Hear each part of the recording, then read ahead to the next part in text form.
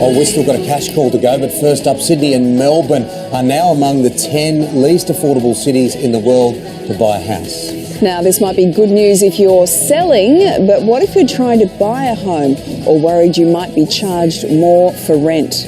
Domain's chief economist, Dr. Andrew Wilson, joins us now. Let's start with prices. Yeah, hey, Andrew. In Sydney, is there any relief in sight?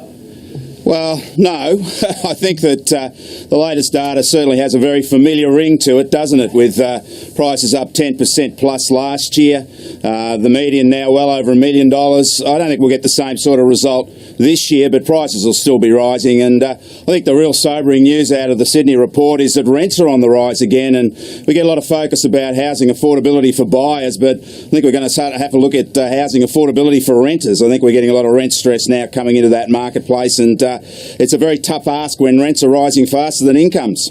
Wow. I tell you what, the new Premier Gladys Berejiklian has got her work cut out for her. She said housing affordability is number one on her list of priorities. So good luck with that, Premier. What about Melbourne, Andrew? Well, look, similar to Sydney, Melbourne up 10% last year. Its median now just under $800,000. Unit prices didn't rise as strongly, and of course there's a lot of new stock coming into that Melbourne market, new unit stock, so some easing there. But look, similar to Sydney, rents on the rise in Melbourne, in fact rising faster than Sydney. The only, I guess, relief is the sense that Sydney rents are 30% higher than Melbourne rents, but probably no comfort for Sydney renters that are paying, or for Melbourne renters that are paying more and more for their rent. Yeah. Beautiful Brisbane and the rest of the Sunshine State. Now, you can get a deal or two up there, can't you? Well, look, rents have been flat in Brisbane for the last couple of years. Some good news there for tenants. I think rents will maybe even track backwards with a lot of first-home buyers moving into the market, more stock. But look, when we look at prices, up quite a reasonable 5% in Brisbane last year, but unit prices are falling in Brisbane.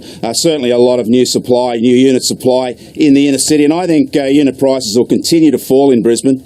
OK, well, let's go to South Australia and have a look at Adelaide now. Is it more affordable to be a buyer or a renter in Adelaide?